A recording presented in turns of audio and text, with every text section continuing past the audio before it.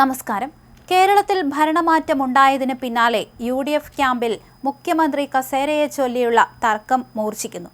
VD Satheesan, KC Venugopal, Ramesh Chennithala എന്നീ 3 പ്രമുഖ നേതാക്കളെ കേന്ദ്രീകരിച്ച് കോൺഗ്രസ് ഗ്രൂപ്പുകൾ തിരിഞ്ഞതോടെ ഹൈക്കമാൻഡ് പ്രതിനിധികൾക്ക് മുന്നിൽ അരങ്ങേറുന്നത് നാടകീയ നീക്കങ്ങളാണ്. ഇതിനിടെ VD സതീശനായി മുസ്ലിം ലീഗ് പരസ്യമായി രംഗത്തിറങ്ങിയതും മാത്യു കുഴൽനാടന്റെ വിവാദ പരാമർശവും മുന്നണിക്കുള്ളിൽ പുതിയ പോർമുഖം തുറന്നിരിക്കുകയാണ്.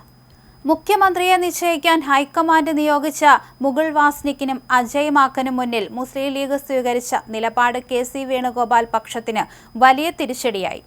VD സതീശന്റെ നേതൃത്വത്തിൽ നടന്ന പോരാട്ടത്തിനാണ് ജനങ്ങൾ വോട്ട് നൽകിയതെന്നും അതുകൊണ്ട് തന്നെ അദ്ദേഹം മുഖ്യമന്ത്രിയാകണമെന്നുമാണ് ലീഗ് ഔദ്യോഗികമായി ആവശ്യപ്പെട്ടത്. PK കുഞ്ഞാലിക്കുട്ടിയുടെ നേതൃത്വത്തിലുള്ള ലീഗ് സംഘം MLA-മാരുടെ എണ്ണം മാത്രം നോക്കി തീരുമാനമെടുക്കരുത് എന്നും കേരളത്തിലെ നിലവിലെ രാഷ്ട്രീയ സാഹചര്യം പരിഗണിക്കണമെന്നും നിരീക്ഷകരോട് വ്യക്തമാക്കി. സതീശൻ പ്രതിപക്ഷ നേതാവെന്ന നിലയിൽ നടത്തിയ മികച്ച പ്രകടനം ഭരണത്തിലേറുമ്പോഴും തുടരണമെന്ന താൽപര്യമാണ് ലീഗിനുള്ളത്. മുഖ്യമന്ത്രി ചർച്ചയിൽ ലീഗ് നിലപാട് വ്യക്തമാക്കിയതിന് പിന്നാലെ കോൺഗ്രസ് നേതാവ് മാത്യു കുഴൽനാടൻ നടത്തിയ പ്രതികരണം മുന്നണിയിൽ പൊട്ടിത്തെറിയുണ്ടാക്കി. കോൺഗ്രസിന്റെ ആഭ്യന്തര കാര്യങ്ങളിൽ ലീഗ് ഇടപെടേണ്ടതില്ലെന്ന കുഴൽനാടന്റെ പരാമർശം ലീഗ് കേന്ദ്രങ്ങളെ പ്രകോപിപ്പിച്ചു. ഇതിന് മറുപടിയായി കണ്ണൂർ ഇരിക്കൂറിൽ മാത്യു കുഴൽനാടനെതിരെ യൂത്ത് ലീഗ് പ്രവർത്തകർ ഫ്ലെക്സ് ബോർഡുകൾ സ്ഥാപിച്ചു. VD സതീശന് അഭിവാദ്യങ്ങൾ അർപ്പിച്ചുകൊണ്ടുള്ള ബോർഡുകളിൽ കുഴൽനാടനെതിരെയുള്ള വിമർശനങ്ങളും ഉൾപ്പെടുത്തിയിട്ടുണ്ട്. ലീഗിന്റെ അതൃപ്തി കോൺഗ്രസ് നേതൃത്വത്തെ പ്രതിരോധത്തിലാക്കിയിരിക്കുകയാണ്. മുഖ്യമന്ത്രി സ്ഥാനത്തിനായി കോൺഗ്രസിനുള്ളിൽ സതീശൻ, KC-RC പക്ഷങ്ങൾ അവകാശവാദങ്ങളുമായി രംഗത്തുണ്ട്. MLA-മാരുടെ പിന്തുണയിൽ ഓരോ പക്ഷവും വ്യത്യസ്ത കണക്കുകളാണ് നിരത്തുന്നത്. KC വേണുഗോപാൽ പക്ഷം 48 MLA-മാരുടെ പിന്തുണ തങ്ങൾക്കുണ്ടെന്നാണ് ഇവരുടെ അവകാശവാദം. ഡൽഹി കേന്ദ്രീകരിച്ച് പ്രവർത്തിക്കുന്ന വേണുഗോപാൽ മുഖ്യമന്ത്രിയാകണമെന്നാണ് ഒരു വിഭാഗം നേതാക്കളുടെ ആഗ്രഹം. VD സതീശൻ പക്ഷം 35 MLA-മാർ തങ്ങൾക്കൊപ്പമുണ്ടെന്ന് സതീശൻ പക്ഷം അവകാശപ്പെടുന്നു. ഘടകകക്ഷികളുടെ പിന്തുണയും സതീശന് അനുകൂലമാണ്. രമേശ് ചെന്നിത്തല പക്ഷം 23 പേരുടെ പിന്തുണയാണ് ചെന്നിത്തല ക്യാമ്പ് അവകാശപ്പെടുന്നത്. മുതിർന്ന നേതാവെന്ന പരിഗണന തനിക്ക് ലഭിക്കണമെന്നാണ് അദ്ദേഹത്തിന്റെ നിലപാട്.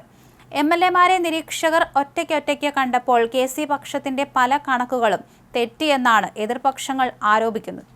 ഗ്രൂപ്പ് അടിസ്ഥാനത്തിൽ നൽകിയ ഉറപ്പുകൾ പല MLA-മാരും രഹസ്യമൊഴിയിൽ മാറ്റിയതായും ചില മാധ്യമങ്ങൾ റിപ്പോർട്ട് ചെയ്യുന്നു. സിറ്റിംഗ് MLA തന്നെ മുഖ്യമന്ത്രിയാകണമെന്ന നിലപാട് കേരള കോൺഗ്രസ് ജോസഫ് വിഭാഗം സ്വീകരിച്ചത് KC വേണുഗോപാലിന് തിരിച്ചടിയായി. MLA അല്ലാത്ത ഒരാൾ മുഖ്യമന്ത്രിയായാൽ 6 മാസത്തിനകം ഉപതെരഞ്ഞെടുപ്പ് നടത്തേണ്ടി വരുമെന്നും അത് അനാവശ്യ ബാധ്യതയാണെന്നും PJ ജോസഫ് നിരീക്ഷകരെ അറിയിച്ചു. കേരളത്തിന്റെ പൊതുവികാരം കണക്കിലെടുത്തുള്ള തീരുമാനം വേണമെന്നും PJ ജോസഫ് ആവശ്യപ്പെട്ടു. MLA തന്നെ മുഖ്യമന്ത്രിയാകണം, ഉപതെരഞ്ഞെടുപ്പ് ഒഴിവാക്കുന്നതാണ് നല്ലതെന്നും പാർട്ടി വ്യക്തമാക്കി. ഹൈക്കമാൻഡിനുള്ള ഈ സന്ദേശം കേരള കോൺഗ്രസ് ജോസഫ് വിഭാഗം നേതാക്കൾ മാധ്യമങ്ങൾക്ക് മുന്നിൽ പരസ്യമാക്കുകയും ചെയ്തു. ഇത് VD സതീശന്റെ സാധ്യതകൾ വർദ്ധിപ്പിക്കുന്നു. അതേസമയം ചർച്ചകൾ നീണ്ടുപോകുന്നതിൽ RSP പരസ്യമായി അതൃപ്തി രേഖപ്പെടുത്തിയിട്ടുണ്ട്.